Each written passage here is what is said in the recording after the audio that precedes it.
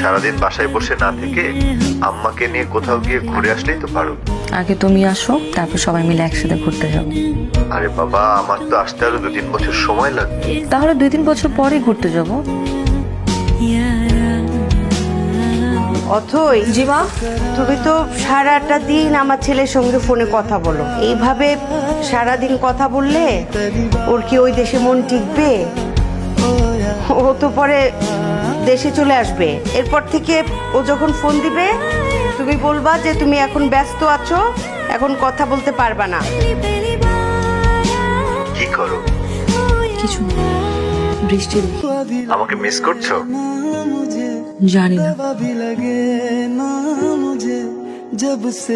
মা এত রাতে?